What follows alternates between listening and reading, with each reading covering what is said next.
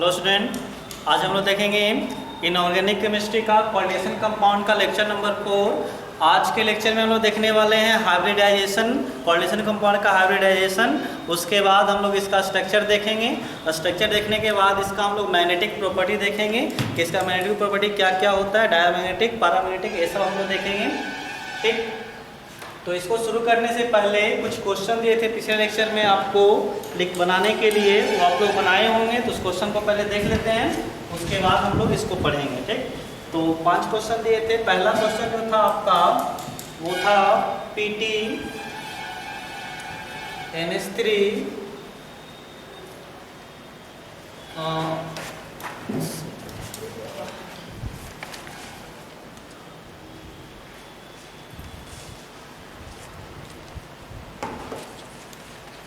देख लेते हैं क्वेश्चन। माइनस रहेगा तब AT लगाएंगे, सिंपल में नाम में नहीं।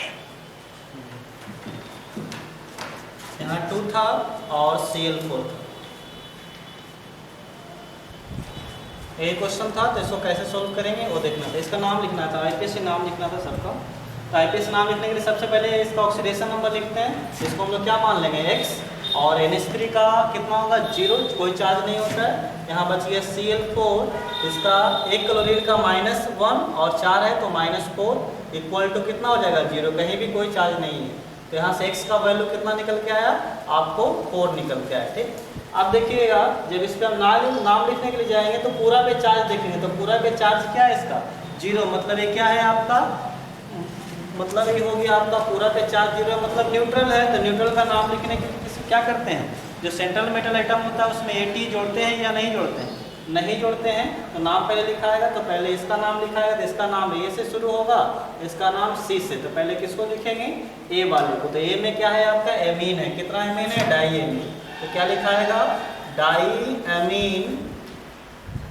उसके बाद Cl का नाम होगा क्लोरो, और है कितना, 4, तो हो जाएगा टेट्रा क्लोरो। उसके बाद यहाँ पर सेंट्रल मेटल एटम का नाम लिखाएगा, तो उसका नाम क्या हो जाएगा, प्लेटिनम। ये हो गया आपका प्लेटिनम। और उसके बाद ऑक्सीडेशन नंबर कितना हो जाएगा, 4 हो जाएगा। तो इस तरह से लिख दिए। ये था पहला आपका, मिला लीजिए इसको। सेकेंड क्वेश्चन देखेंगे हम लोग।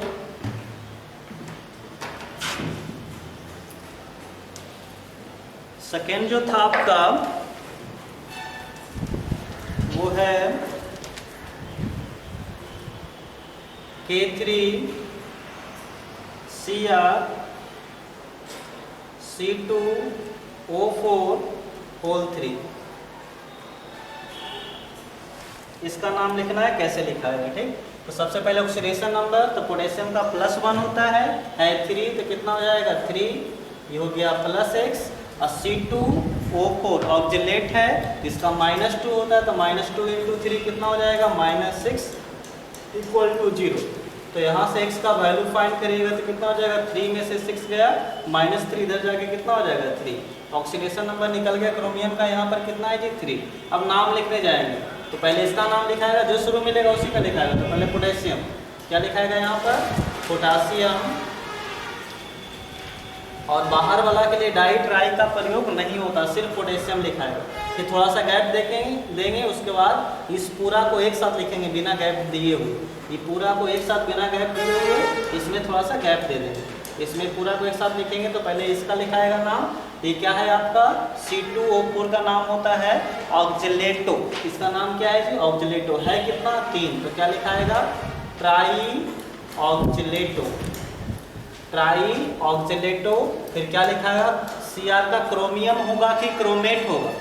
ठीक, तो हम लोग देखते हैं जो ब्रैकेट में लिखा रहता है कोऑर्डिनेशन स्फीयर, इस पे चार्ज देखते हैं। अगर न्यूट्रल है या पॉजिटिव है तो जो नाम रहता है वही सीधे सीधे लिखा जाता है। अगर कोऑर्डिनेशन स्फीयर पे अगर माइनस चार्ज होता है तो ATE जोड़ते हैं। ठीक है, तो यहाँ पे देखो ये पोटेशियम पे प्लस हुआ, तो इस पे क्या ऑटोमेटिक आ जाएगा, माइनस। और जब माइनस आएगा तो इसका नाम में क्या होगा, ATE जुटेगा। तो क्रोमियम के जगह क्रोमियम में लिखा है, क्या लिखाएगा, क्रोमेट लिखाएगा, तो क्रोमेट हो जाएगा।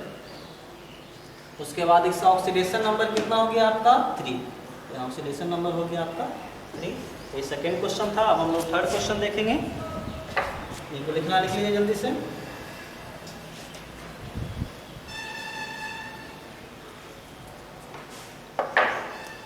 तो थर्ड क्वेश्चन जो है वो आपका है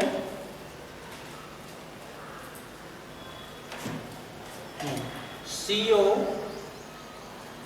Cl2। ये सब जो क्वेश्चन करवा रहे हैं आपका NCERT का है, अलग से 10 क्वेश्चन एक्स्ट्रा करवा रहे हैं NCERT का। CO Cl2 En2 और यहाँ पर इस तरह से Cl।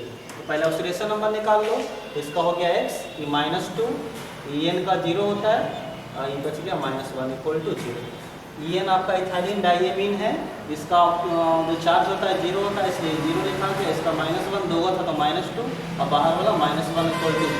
तो यहाँ से x निकालिएगा तो कितना आ गया आपका 3 आ गया। ठीक, अब इसका नाम लिखिए। तो नाम लिखने के लिए पहले कोऑर्डिनेशन स्फीयर मिल गया तो उसी का नाम लिखेंगे। तो इसका नाम होगा C से शुरू और इसका नाम होगा E से शुरू। तो पहले C वाला लिखाएंगे, पहले E वाला। तो पहले C वाला लिखाएगा तो क्या लिखाएगा यहाँ पर डाई क्लोरो। उसके बाद लिखा गया En का नाम। तो En का नाम जो है आईपीएसी नाम क्या होता है, इथेन 1,2 डाइएमीन। क्या होता है जी, En का नाम होता है इथेन 1,2 डाइएमीन। ठीक, ये होता है। चूंकि यहाँ पर डाई का पहले से प्रयोग हो चुका है, इसलिए यहाँ पर 2 के लिए डाई नहीं यूज होगा, क्या यूज होगा 20 यूज होगा, आपको बताए थे। यहाँ लगेगा 20, फिर पोस्ट में क्या लिख देंगे इथेन 1,2 क्या लिखा जाएगा जी डाई एमीन लिखा जाएगा, डाई एमीन हो जाएगा। ठीक, पोस्ट बंद हो गया। इसका नाम लिखा गया, इसका नाम। अब इसका नाम कोबाल्ट लिखाएगा, कोबाल्टेट लिखाएगा। तो Cl पे माइनस, तो ये पूरा पे क्या आएगा प्लस आएगा। तो प्लस आता है तो क्या लिखा जाता है, वही सेम नाम लिखा जाता है। तो लिखा जाएगा कोबाल्ट। क्या लिखा जाएगा जी कोबाल्ट। उसके बाद ऑक्सीडेशन नंबर कितना है यहाँ पर 3 लिख देंगे और बाहर में Cl है तो उसके लिए क्या लिखाएगा क्लोराइड। ठीक है, ये हो गया थर्ड क्वेश्चन का नाम। हम लोग फोर्थ देखेंगे।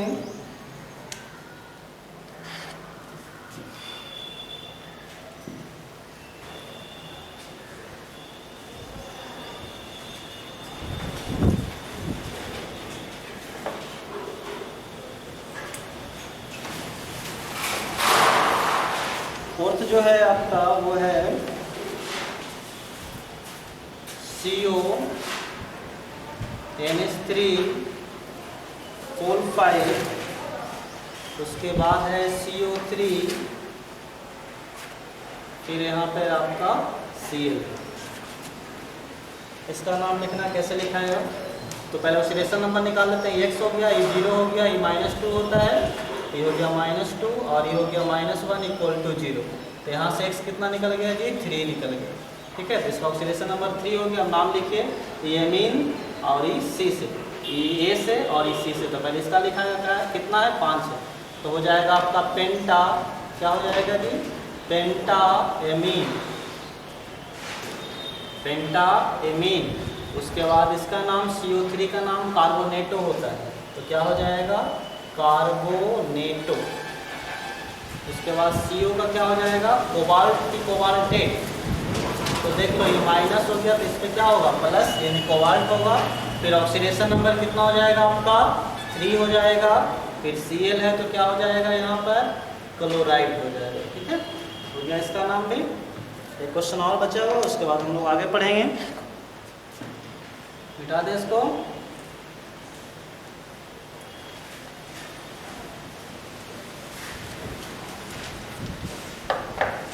क्वेश्चन नंबर 5 जो है वो था आपका HgCnCl4। तो इसका कैसे लिखा है किस तरह से, तो पहले ऑक्सीडेशन नंबर निकालिए। Hg का +1 ले लो, इसका x हो गया और इसका कितना हो गया आपका, इसका हो गया -1 और ये 4 हो गया तो 4 हो गया इक्वल टू कितना हो गया आपका 0। तो यहाँ से x निकालिएगा तो कितना आ जाएगा आपका 3। अब नाम लिखिए, तो पहले Hg का क्या नाम लिखाएगा, Hg का नाम होता है मरकरी, तो मरकरी लिख दोगे मरकरी। अब एक चीज़ देखिए थोड़ा सा टिपिकल टाइप का, इसको अच्छे से देखिएगा। तो मरकरी का जो ऑक्सीडेशन नंबर 1 भी होता है और 2 भी होता है। तो यहाँ पर हम चूंकि 1 यूज किए हैं तो पोस्ट में 1 लिख दीजिएगा मरकरी 1। 2 भी लीजिएगा तो यहाँ पे 2 लिखिएगा, तो यहाँ ऑक्सीडेशन नंबर कितना आ जाएगा आपका 2 आ जाएगा। उसके बाद इसका नाम लिखना है, तो पहले HCN का नाम आपको पता होगा, थायोसाइन, क्या है, थायोसाइनाइड है। इसका जो नाम लिखाएगा यहाँ पर क्या लिखाएगा, थायोसाइनेटो लिखाएगा। क्या लिखाएगा, थायोसाइनेटो। और चूंकि कितना है, 4 है, तो क्या हो जाएगा, टेट्रा थायोसाइनेटो, टेट्रा थायोसाइनेटो। और देखिए इसमें क्या होता है, S भी जुड़ता है और N भी जुड़ता है, कभी S जुड़ता है कभी N जुड़ता है। ये हमें यहाँ पे थायोसाइनाइडो लिखे हैं, मतलब S जुड़ रहा है, इसलिए आपको यहाँ पर S ऐसे लिखना होगा, ठीक। अगर हम लोग क्या यूज करेंगे, साइनेटो यूज करते हैं। देखिए ये सब जो बाइडेंटेड एम्बिडेंटेड लिगेंड बोलते हैं, मतलब कभी कभी सल्फर जुड़ता है, कभी कभी नाइट्रोजन जुड़ता है। हम क्या मान के चल रहे हैं, सल्फर, इसलिए S लिख देना होगा। अगर नाइट्रोजन मान के चलेगा तो यहाँ पर N लिख देना होगा, ठीक है, दोनों तरह से सही होगा। बाकी यहाँ पर लिख दीजिए, क्या लिखिएगा, कोबाल्ट, कोबाल्टेट। तो देखो Hg पे प्लस थी, क्या होगा, माइनस, तो कोबाल्टेट हो जाएगा। और ऑक्सीडेशन नंबर कितना लिखा जाएगा, 3 लिखा जाएगा।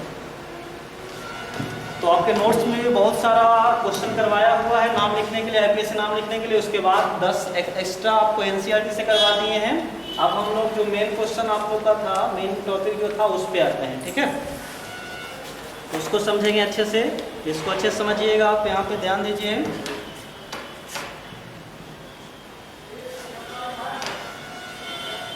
तो हम लोग को जो समझना है कि कोऑर्डिनेशन कंपाउंड में बॉन्डिंग होता है, कौन सा बॉन्ड बनता है, कोऑर्डिनेट बॉन्ड बनता है, ठीक है। लिगैंड के बीच और सेंट्रल मेटल एटम के बीच कौन सा बॉन्ड बनता है, तो कोऑर्डिनेट बॉन्ड बनता है। आप लोग जैसे देखे थे, यहाँ पे एग्जांपल देख सकते हैं, K4, यहाँ पे लिख देते हैं आपको FeCl2H2O4। जैसे एक कंपाउंड है तो इसमें क्या हुआ होगा, तो यहाँ पे सेंट्रल मेटल एटम कौन है, Fe है, उससे कौन कौन जुड़ा हुआ होगा जी, Cl2, मतलब 2 क्लोरीन जुड़ा हुआ होगा इस तरह से, और 4 H2O जुड़ा हुआ होगा, मतलब H2O, यहाँ से H2O, और यहाँ H2O, और यहाँ H2O, ठीक है, इस तरह से। तो इस तरह जुड़ा हुआ होगा तो एक कोऑर्डिनेशन बॉन्ड बन रहा है। तो जो हमें यहाँ पे बॉन्ड दिखाएं, H2O और Cl2 किससे जोड़ के दिखा रहे हैं, क्या हुआ, सब एक ही प्लेन में है। तो एक ही प्लेन में नहीं रहता, ये आपका कोई बाहर क्यों निकला हुआ रहता है, कोई अंदर क्यों निकला हुआ रहता है, जिसके कारण इसका जो स्ट्रक्चर बनता है, इसका संरचना जो बनता है, वो अलग अलग प्रकार का बनता है। आप लोग मीथेन का देखे होंगे, CH4 का, तो ये क्या होता है, आपको टेट्राहेड्रल होता है, चतुष्फलकीय होता है। उसी प्रकार से ये जो है, इसका भी स्ट्रक्चर अलग अलग प्रकार से क्या क्या होगा, कैसे कैसे होगा, वही हम लोग को पढ़ना है, ठीक। और हम लोग ये भी देखेंगे, जिससे बॉन्डिंग बनता है, तो बॉन्ड बनने के बाद 2 ऑर्बिटल मिलता है, तो उसका क्या होता है, हाइब्रिडाइजेशन होता है, ठीक। तो हाइब्रिडाइजेशन कौन कौन सा होगा वो देखेंगे हम लोग। हाइब्रिडाइजेशन आप लोग 11th केमिस्ट्री में पढ़े होंगे, ठीक। तो वहाँ पे हम लोग हाइब्रिडेशन नहीं पढ़े, यहाँ पे हम हाइब्रिडेशन नहीं पढ़ेंगे कि क्या होता है, हाइब्रिडेशन कौन कौन सा होता है, कौन कौन सा हाइब्रिडेशन यहाँ पे बनता है, नहीं देखेंगे सिर्फ, ठीक। और ये ऑब्जेक्टिव में बहुत बार पूछता है, कंपाउंड दे देगा और आपको पूछेगा कि इसमें कौन सा हाइब्रिडेशन है बताइए, इसका स्ट्रक्चर कैसा होगा बताइए, ठीक। तो उसी को समझने के लिए पूरा कॉन्सेप्ट आपको बताया गया है। आप इसको ऊपर से समझिएगा, उसके बाद क्वेश्चन इस पर भी करवाएंगे, आप तुरंत उसका जवाब दे सकते हैं, ठीक। तो ये लिखा हुआ है हाइब्रिडाइजेशन एंड स्ट्रक्चर, प्रसंकरण तथा संरचना ऑफ कोऑर्डिनेशन कंपाउंड। तो उसके लिए देखिएगा, ये जो हाइब्रिडाइजेशन है वो किस पे डिपेंड करता है, हाइब्रिडाइजेशन और स्ट्रक्चर पूरा का पूरा कोऑर्डिनेशन नंबर पे डिपेंड करता है। कोऑर्डिनेशन नंबर आपको निकालने के लिए बताए हैं। कोऑर्डिनेशन नंबर होता क्या है, नंबर ऑफ कोऑर्डिनेट बॉन्ड, जो बॉन्ड बनता है, जब तो देख रहे थे, जितना बॉन्ड बनेगा उसी का संख्या बताता है क्या, कोऑर्डिनेशन नंबर। तो कोऑर्डिनेशन नंबर क्या होता है आपका, बॉन्ड की संख्या। तो यहाँ पर कोऑर्डिनेशन नंबर अलग अलग होने पर हाइब्रिडाइजेशन और स्ट्रक्चर भी क्या होता है, अलग अलग होता है। अगर कोऑर्डिनेशन नंबर 4 है तो वहाँ पर 2 तरह का हाइब्रिडाइजेशन बनेगा, एक sp3 बनता है और एक dsp2 बनता है, ठीक। और जब हाइब्रिडेशन अलग होगा तो इसका स्ट्रक्चर भी क्या होगा, अलग होगा। sp3 में क्या बनेगा आपका, टेट्राहेड्रल बनेगा, और dsp2 में बनेगा स्क्वायर प्लेनर बनेगा, ठीक। और जब कोऑर्डिनेशन नंबर 5 होगा तो इसका हाइब्रिडेशन होता है dsp3, अभी सब निकाल के बताएंगे, ट्राइगोनल बाइपिरामिडल, ठीक है। उसके बाद जब यही सबसे ज़्यादा रहता है, इसको ध्यान दीजिएगा, 6 कोऑर्डिनेशन नंबर जब 6 होता है तो d2sp3 और sp3d2 बनता है। D2sp3 में आपको इनर ऑक्टाहेड्रल बनता है और sp3D2 में आपको आउटर ऑक्टाहेड्रल बनता है। तो इसको आप ध्यान में रखेंगे, 4 पे क्या होगा और 5 पे क्या होगा, ठीक है। तो 4 रहेगा तो या तो ये बन सकता है या तो ये बन सकता है, 5 रहेगा तो एक ही फिक्स है और 6 रहेगा तो ये फिक्स है, ठीक। क्वेश्चन करेंगे तो आपको आ जाएगा। ये नोट आपको समझना है अच्छे से। नोट में क्या कहता है, यदि सेंट्रल मेटल आइटम से स्ट्रॉन्ग लिगेंड जुड़ा हुआ है, ठीक। लिगेंड आगे बताया वो कौन स्ट्रॉन्ग लिगेंड है और कौन आपका वीक लिगेंड है, ठीक। स्ट्रॉन्ग लिगेंड में आपका जनरली आता है साइनाइड आता है, कार्बोनाइल आता है और इथाइलिन डाइएमीन आता है। ये तीनों रहेगा तो इसको स्ट्रॉन्ग लिगेंड माना जाएगा, बाकी सब जो बच गया वो सबको वीक लिगेंड माना जाएगा। स्ट्रॉन्ग लिगेंड का मतलब है जो बहुत आसानी से अपना lone pair of electron central metal atom को दे दे, ठीक। और ये आसानी से नहीं देता है, ठीक है। तो आप इसको स्ट्रॉन्ग लिगेंड मान के चलिए और इस सबको वीक लिगेंड मान के चलिए। अब स्ट्रॉन्ग लिगेंड में होगा क्या, वो देखिए कहता है यदि सेंट्रल मेटल आइटम से स्ट्रॉन्ग लिगेंड जुड़ा हुआ हो तो यह हुंड नियम का पालन नहीं करता। हुंड नियम आप लोग केमिस्ट्री में 11th में पढ़े होंगे। हुंड नियम क्या है, तो हुंड नियम में ऑर्बिटल में इलेक्ट्रॉन को भरने का तरीका होता है। जैसे ये ऑर्बिटल है, मान लीजिए ये आपका d ऑर्बिटल है जिसमें 5 सब ऑर्बिट होगा, ठीक है। मतलब 5 इसमें इलेक्ट्रॉन को भरेंगे तो इलेक्ट्रॉन को आप इस तरह से भरते होंगे, ठीक। इसमें कुल कितना इलेक्ट्रॉन भराएगा जी, तो आपको 10 इलेक्ट्रॉन भराएगा। डी में आप लोग जानते होंगे कितना होता है, 10 इलेक्ट्रॉन मैक्सिमम हो सकता है। अब मान लीजिए आपको 6 इलेक्ट्रॉन भरना है, ठीक।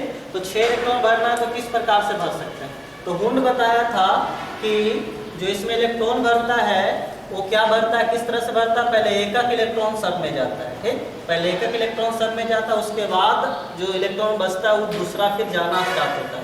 तो आपको 6 इलेक्ट्रॉन होगा तो इस तरह से भरेगा 1 2 3 4 5 और इस तरह से 6 भराएगा। और हुंड के नियम का अगर पालन नहीं करेंगे, पहले हम लोग कैसे भरते थे, बिना हुंड के नियम का 2 इलेक्ट्रॉन इसमें पहले भर दिए, फिर 2 इलेक्ट्रॉन इसमें भर दिए, फिर 2 इलेक्ट्रॉन इसमें भर दिए। ये हुंड के नियम का पालन नहीं हुआ। अगर हुंड के नियम का पालन करेंगे तो एक इलेक्ट्रॉन पहले यहाँ तक पूरा करेंगे फिर से शुरू करेंगे, तो वो हुंड का नियम होगा। तो ये कहता है यहाँ पर अगर स्ट्रॉन्ग लिगेंड होगा तो ये हुंड का नियम का पालन नहीं करेगा, अर्थात इलेक्ट्रॉन जो है हुंड के नियम के खिलाफ भरा जाएगा। मतलब पहला में 2 इलेक्ट्रॉन भर दिए, दूसरा में 2 इलेक्ट्रॉन, पहले शुरू में पूरा भरते जाएंगे तो हुंड के नियम के विपरीत हुआ, और एक इलेक्ट्रॉन भरते जाएंगे तो हुंड के नियम के अनुसार हुआ। तो स्ट्रॉन्ग लिगेंड रहेगा तो हुंड का नियम पालन नहीं होगा, मतलब पूरा भरते शुरू में जाएगा। और वीक लिगेंड रहेगा तो हुंड का नियम से भराएगा, मतलब एक वो भराएगा, ठीक है। इतना अगर समझ जाएगा तब कोई भी क्वेश्चन का हाइब्रिडेशन आप निकाल सकते हैं, ठीक है। इसको वीडियो पॉज करके लिख सकते हैं या नोट्स आपको दिए हैं व्हाट्सएप पे या डिस्क्रिप्शन में, वहाँ भी आपको ये लिखा हुआ। वीडियो पॉज करके आप इतना तो लिख लीजिए, लिख लिए होंगे, चलिए ठीक।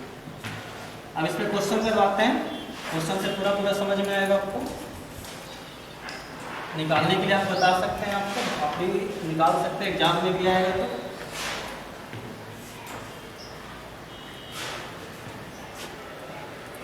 हुंड का नियम का मतलब हुआ है एक इलेक्ट्रॉन को भरना है, एक इलेक्ट्रॉन पहले पूरा भर देंगे, उसके बाद हम दोबारा से एक और भरना शुरू करेंगे। और हुंड के बिना नियम के भरेंगे तो मतलब शुरू से पूरा भरते रहेंगे।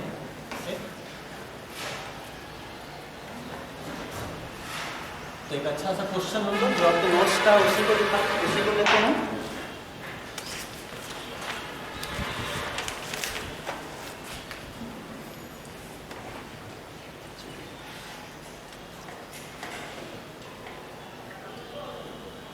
तो आपका पहला क्वेश्चन है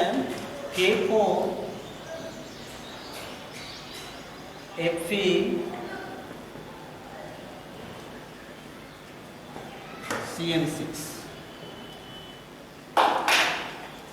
तो आप यहाँ से बता सकते हैं कि इसका जो कोऑर्डिनेशन नंबर है वो कितना है। कोऑर्डिनेशन नंबर बता सकते हैं इसका 6 कोऑर्डिनेशन नंबर। CN एक बॉन्ड बनाता है कितना 6, तो 6 रहेगा। तो इसका स्ट्रक्चर हमको पता करना है, इसका स्ट्रक्चर क्या होगा और इसका हाइब्रिडाइजेशन क्या होगा, ठीक। यही दोनों चीज़ पता करना है, ये दोनों चीज़ पता करना है क्या होगा, स्ट्रक्चर और हाइब्रिडाइजेशन पता करना है, दोनों कितना होगा, ठीक है। तो डायरेक्ट हम लोग ऐसे भी ऑब्जेक्टिव में आएगा तो इसका अगर पूछेगा स्ट्रक्चर तो आप बता सकते हैं कैसा होगा। 6 कोऑर्डिनेशन नंबर है तो इसका स्ट्रक्चर ऑक्टाहेड्रल होगा। अब ये पता करना होगा कि इनर ऑक्टाहेड्रल होगा कि आउटर ऑक्टाहेड्रल होगा। अगर सिर्फ ऑप्शन में ऑक्टाहेड्रल दिया हुआ तो सीधे आप टिक करके निकल सकते हैं, आपको ज़्यादा इसको कैलकुलेशन करने की जरूरत नहीं है, लेकिन हाइब्रिडाइजेशन के लिए आपको बनाना ही होगा। ठीक, तो उसके लिए देखिए कैसे बनाएंगे। तो सबसे पहले देखो यहाँ ऑक्सीडेशन नंबर निकाल लो किसका, Fe का। तो ऑक्सीडेशन नंबर निकालने का मतलब ये देखिए पोटेशियम 4 है तो +4 हो गया, एक पोटेशियम पे +1 होता है, 4 पोटेशियम पे +4 हो गया। Cl पे -1 है कितना, तो -6, तो प्लस में 4 और माइनस में 6, तो इस पर कितना आना चाहिए प्लस में, तो Fe पे प्लस में कितना आना चाहिए 2, तब 0 हो जाएगा। देख लो पोटेशियम पे +4 और Cl पे कितना है -6 है। ठीक है, थोड़ा सा नीचे भी देता, हो सकता वीडियो में कट रहा होगा। क्या था क्वेश्चन जी, K4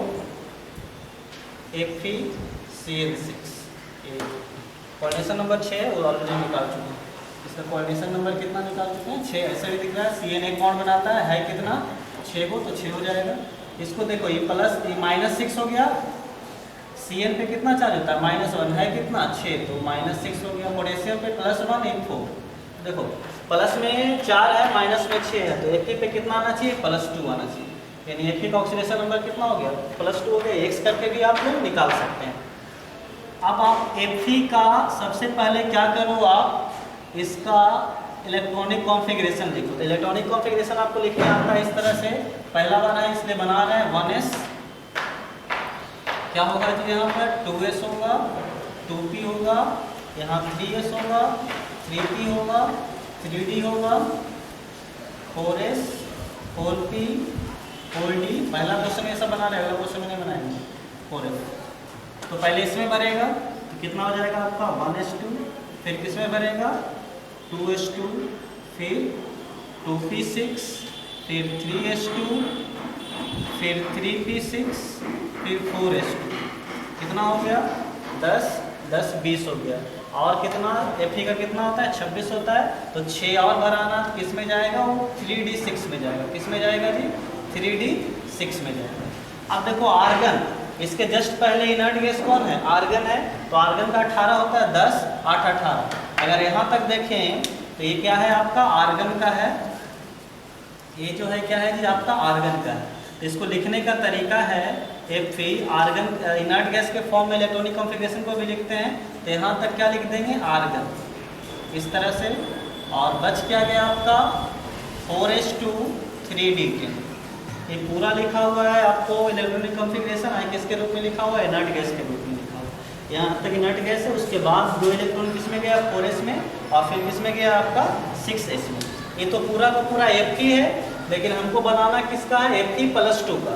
तो Fe +2 का कैसे बनेगा, तो Fe +2 का बना, तो Fe +2 का है तो 2 इलेक्ट्रॉन इससे क्या करना होगा, निकालना होगा। तो जब 2 इलेक्ट्रॉन निकालिएगा तो किससे निकलेगा, 4s से निकलेगा कि 3d से निकलेगा, तो सबसे लास्ट ऑर्बिट वाला से निकलता है तो 4s से निकलेगा।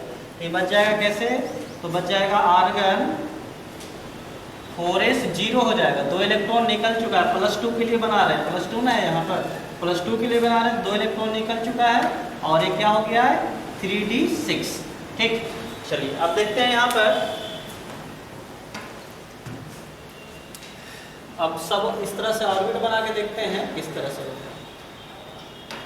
पहला क्वेश्चन इसमें पूरा डिटेल से सब कुछ बना रहे हैं।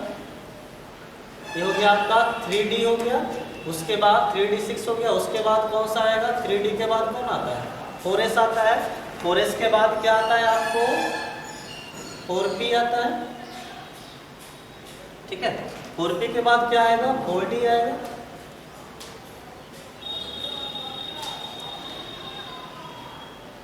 तो देखिएगा यहाँ से आपको पता चल रहा होगा D में 6 इलेक्ट्रॉन है और S में 0 इलेक्ट्रॉन है, यहाँ पे 0 है, बाकी सब में तो और कुछ भी नहीं है। तो आप समझेंगे यहाँ पर 5 होगा इस तरह से 1 2 3 4 5। अब 6 इलेक्ट्रॉन है तो इलेक्ट्रॉन को इसमें भरिए, तो इलेक्ट्रॉन जो भराएगा वो किस नियम के अनुसार बनाएगा, तो यहाँ पर Cn जो है स्ट्रॉन्ग लिगेंड है, तो Cn स्ट्रॉन्ग लिगेंड है तो वुंड के नियम का पालन नहीं होगा। अगर हुंड के नियम का पालन नहीं होगा तो दो इलेक्ट्रॉन पूरा भरा जाएगा। तो दो इलेक्ट्रॉन,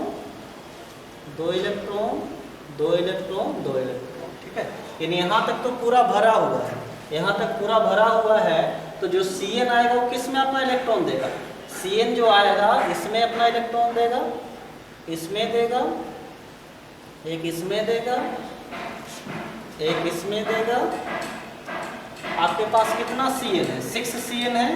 तो D2S इसमें कितना होगा? 4, P में 3 ना होता है जी, इस तरह से।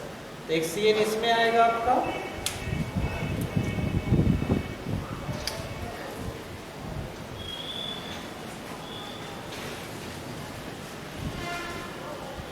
देखिए यहाँ पर लिगैंड कितना है? 6 लिगैंड है, 6 वो स्ट्रॉन्ग लिगैंड है। तो स्ट्रॉन्ग लिगैंड क्या करेगा? आपको इसमें अपना इलेक्ट्रॉन देगा। किस में देगा? तो वैकेंट जो खाली रहेगा उसी में देगा। अब यहाँ पे D में 6 इलेक्ट्रॉन था जो कि पहले तीनों के ऑलरेडी भर चुका था। एक इलेक्ट्रॉन क्यों नहीं भरे हैं? एक इलेक्ट्रॉन इसलिए नहीं भरे क्योंकि स्ट्रॉन्ग लिगैंड है। स्ट्रॉन्ग लिगैंड में हुंड के नियम के खिलाफ मतलब पूरा भर देंगे। ये 3 को भरा हुआ है, ये 2 को खाली है, तो 2 लिगैंड इसमें आ गया, एक 4s में आ गया, बाकी 3 को किसमें आ गया? आपका 4p में। देखिए 6 लिगैंड हो गया।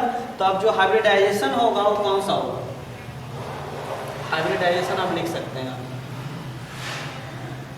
तो कौन सा हाइब्रिडाइजेशन हो जाएगा? D कितना है? 2 को D में गया तो D2 लिख सकते हैं। 2 D में गया, एक S में गया तो D2S। अब P में कितना गया? 3, तो D2sp3। क्या हो गया इसका हाइब्रिडाइजेशन? D2sp3। और D2sp3 अगर होगा तो इसका आप बता सकते हैं कि स्ट्रक्चर कौन सा होगा? तो आप बता सकते हैं इसका स्ट्रक्चर जो होगा इनर ऑक्टाहेड्रल होगा। क्या होगा?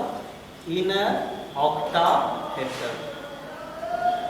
ठीक है, ये पूरा इसका डिटेल था किस अनुसार से होता है। पहला क्वेश्चन इसलिए बहुत ज़्यादा समय लगा, 1-2 क्वेश्चन बनाने के बाद आपको तुरंत बता सकते हैं, ज़्यादा देर समय नहीं लगेगा। ठीक है,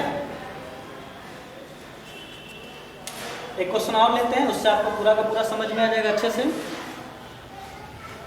नोट करना, नोट कर लीजिए जल्दी से। अगला क्वेश्चन देखिए अच्छे से, उसके बाद पूरा समझ में आपको आ जाएगा।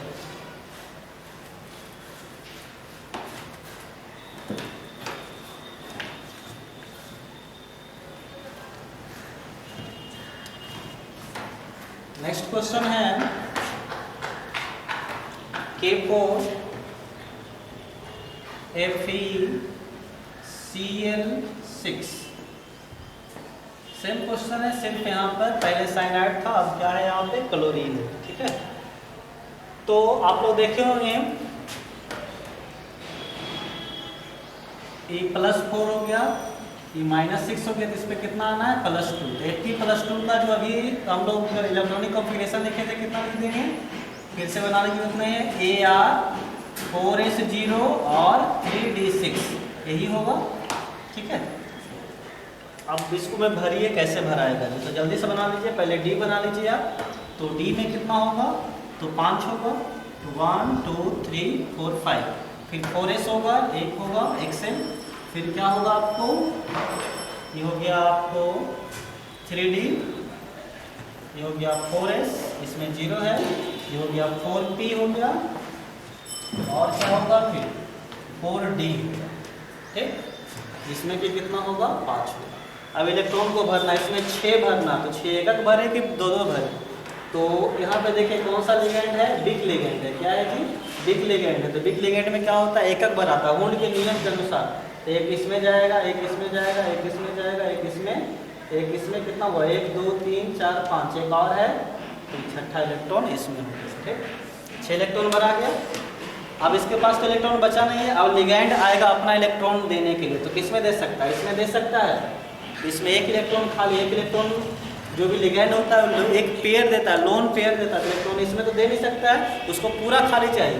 तो इसमें आ सकता है, इसमें आएगा, 4s में आएगा, एक इसमें आएगा, 2 ये 3 ये 4 5 6 हो गया। तो कौन कौन सा हो गया? तो 4s एक कहाँ गया है जी? S में एक गया है। P में कितना गया है? 3 गया है, तो हो गया sp3 और D2। कौन सा हाइब्रिडेशन होगा? sp3 D2।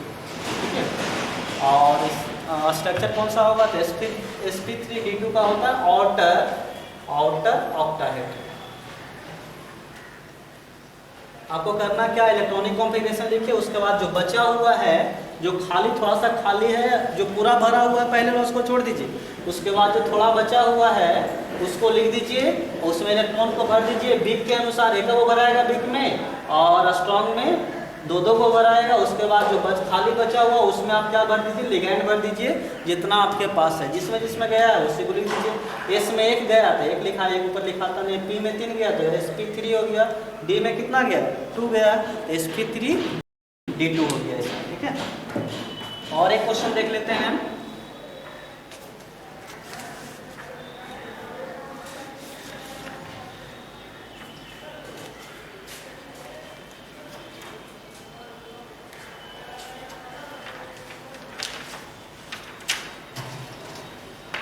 थर्ड क्वेश्चन देख लेते हैं जल्दी से।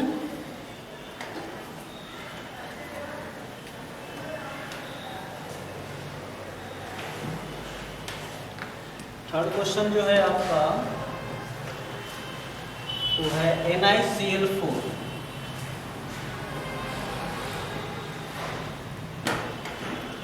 NiCl4 -2 दिया होगा, ठीक। इसको क्या करना है आपको, हाइब्रिडेशन बताना है कितना होता है। इसका कोऑर्डिनेशन नंबर कितना है जी 4 है, तो कोऑर्डिनेशन नंबर 4 होने पे हाइब्रिडेशन दो तरह का हो सकता है, एक sp3 हो सकता है, एक dsp2 हो सकता है, ठीक। वो दोनों में से कौन सा होगा वो पता करना होगा आपको, ठीक है।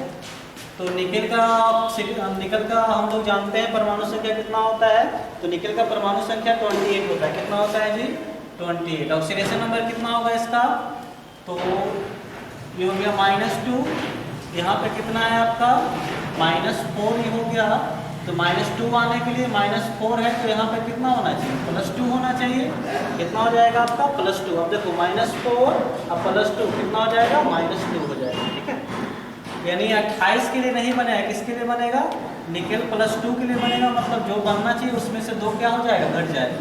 तो पहले आर्गन लिख दो, आर्गन के लिए 18 हो गया, उसके बाद 4s बचेगा और क्या बचेगा आपका 3d बचेगा, ठीक। तो 28 जब रहेगा तो किसमें 18 के बाद किसमें जाएगा 18 2 20 और 8 28 हो जाएगा, ठीक। इस तरह से इलेक्ट्रॉनिक कॉन्फ़िगरेशन बनेगा, ये पूरा 28 के लिए बना हुआ है। +2 करेंगे तो इससे 2 इलेक्ट्रॉन क्या हो जाएगा खत्म हो जाएगा, ठीक। फिर s में कितना हो जाएगा आपको 0 और d में कितना हो जाएगा 8। अब आप भरो कैसे भराएगा, तो पहले क्या बनाते हैं हम यहाँ पर d बनाते हैं, 3d8 है, फिर क्या बनाते 4s बनाते, उसके बाद 4p जाएगा, देखते हैं कहाँ तक जाएगा। इसमें 1 2 3 4 5, इसमें 3 8 इलेक्ट्रॉन आते हैं, 1 इलेक्ट्रॉन। अब हुंड के नियम के अनुसार कि हुंड के नियम के विपरीत, तो क्लोरीन वीक इलेक्ट्रॉन है, वीक लिगेंड है, इसलिए हुंड के नियम के अनुसार एक को पहले भरेंगे, 5 हो गया, 6 हो गया, 7 हो गया, 8 हो गया, ठीक है। ये हो गया, इसमें तो 0 है, इसमें भी 0 है, ये तो इसमें तो लिगेंड आ नहीं सकता, इसमें आएगा तो एक इसमें आएगा, है कितना 4 लिगेंड है, एक इसमें आ गया, एक इसमें आएगा, एक इसमें आएगा, एक इसमें आएगा, 4 लिगेंड आ गया। तो s में 1 गया और p में कितना गया 3, तो कितना हो जाएगा sp3। इसका हाइब्रिडाइजेशन जो है वो कितना हो जाएगा sp3, और sp3 क्या होता है टेट्राहेड्रल होता है। कैसा होता है जी टेट्राहेड्रल, ठीक है। तो आपका इसका निकल गया हाइब्रिडाइजेशन और स्ट्रक्चर sp3 और टेट्राहेड्रल। बस आप क्या करिए, इसका इलेक्ट्रॉनिक कॉन्फ़िगरेशन लिखिए, उसके बाद जितना ऑक्सीडेशन नंबर रहेगा उतना इलेक्ट्रॉन अंतिम से निकाल दीजिए, जो बच गया उसमें इलेक्ट्रॉन को भर दीजिए। अब हुंड के नियम के अनुसार या विपरीत, तो हुंड के नियम के अनुसार बिक रहेगा, तब बिक है यहाँ पे क्लोरीन, तो हुंड के नियम के अनुसार पहले 1 को फिर 2 रहेंगे, जो खाली रहेगा उसमें लिगेंड को भर देंगे, ठीक है।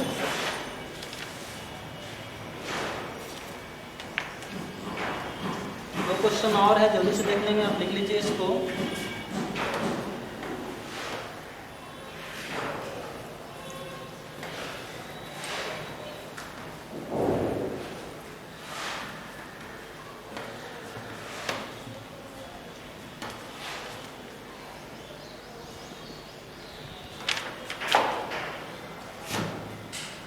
NiCN4 -2 देखिए पहले यहाँ क्लोरीन था, उसके जगह पे स्ट्रॉन्ग लिगेंड दे दिए, तब क्या होगा वो देखते हैं। तो -1 होता है, 4 है तो कितना हो गया -4, और इसका क्या हो जाएगा +2 होगा, क्योंकि +2 और -4 क्या हो जाएगा -2 हो जाएगा। अब निकल का हम लोग बनाए थे, कितना होता है जी 28 होता है, तो ये आर्गन हो गया यहाँ पर, और बच गया 4s और 3d, 18 2 20 और 8 28। यहाँ +2 जब करेंगे तो 2 इलेक्ट्रॉन यहाँ से हट जाएगा। अब बना दीजिए आप जल्दी से इसको।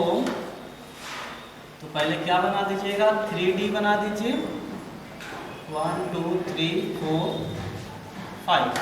उसके बाद 4s बना दो, उसके बाद क्या बना दो आप, उसके बाद आप लोग बना दीजिएगा 4p बना दीजिएगा।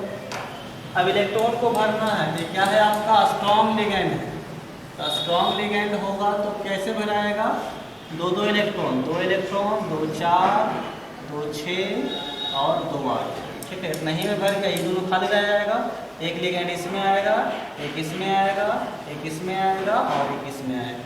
यानी क्या हो गया आपका D में 2 गया, एक S में गया और एक P में गया, तो D2sp, ठीक है। इसका हाइब्रिडेशन हो गया। और स्ट्रक्चर क्या होगा इसका, तो आप लोग देखे थे जब sp3 रहता है तो टेट्राहेड्रल होता है, और जब आपको D2sp रहता है तो क्या होता है स्क्वायर प्लेनर होता है। क्या होगा जी, यहाँ पर स्क्वायर प्लेनर होगा, क्या होगा स्क्वायर प्लेनर। तो बस आपको इलेक्ट्रॉनिक कॉन्फ़िगरेशन लिखने के आना चाहिए, और उसके बाद अंतिम से इलेक्ट्रॉन को निकालिए, जितना प्लस रहेगा उसके बाद आप हाइब्रिडेशन इसका निकाल सकते हैं, ठीक है। बाकी लगभग हो ही गया है, तो इसको आज इतना ही रहने देते हैं। अगला क्लास में मैग्नेटिक प्रॉपर्टी बताएंगे, ठीक है। वीडियो को आप देखते रहें और ज़रूर पढ़ते रहें।